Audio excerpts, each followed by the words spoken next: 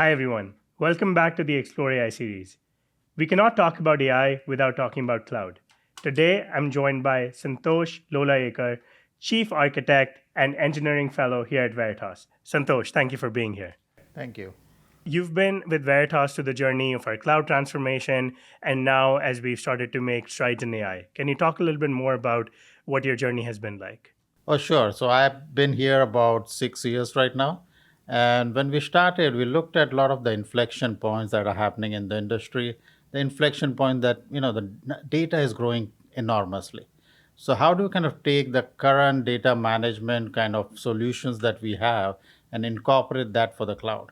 We saw a lot of customers moving to cloud. And what we realize is we cannot do the same thing that we used to do on-prem. So we need to adapt our architecture with microservices, with kind of the cloud elasticity that we need. And as we do that, we have to make sure that the cost is thought through. Because as people went to the cloud early days, people just kind of utilized a lot of the services there. Cost went up. So how do you kind of optimize that? So that's where we started the journey a long time back, and now we are leading that journey in the cloud. That's fantastic. And that's a huge part of our strategy behind Veritas also. You talked about microservices there, Santosh. Can you dive a little bit deeper into that? Sure. So what we did was, as you look at data management, we have been leader in that space for a long time. And what we wanted to do was now take this and make it into what I call is adaptive microservices. And what I mean by that is we break those data management components into smaller pieces. And now, let's say some customers have deployments, they need more client-side DDoP, or others need some other direct to kind of object store modules. So we allow this kind of microservices to run anywhere and able to manage that. So that way we manage the scale, the elasticity, and then the resiliency that is needed by the customer. So that's what we did. And then second part was, how do you orchestrate all this, right? Do you want to kind of build your own orchestration? And we very early saw Kubernetes as another inflection point. So we adapted Kubernetes. It took a long time for us to kind of get our architecture there.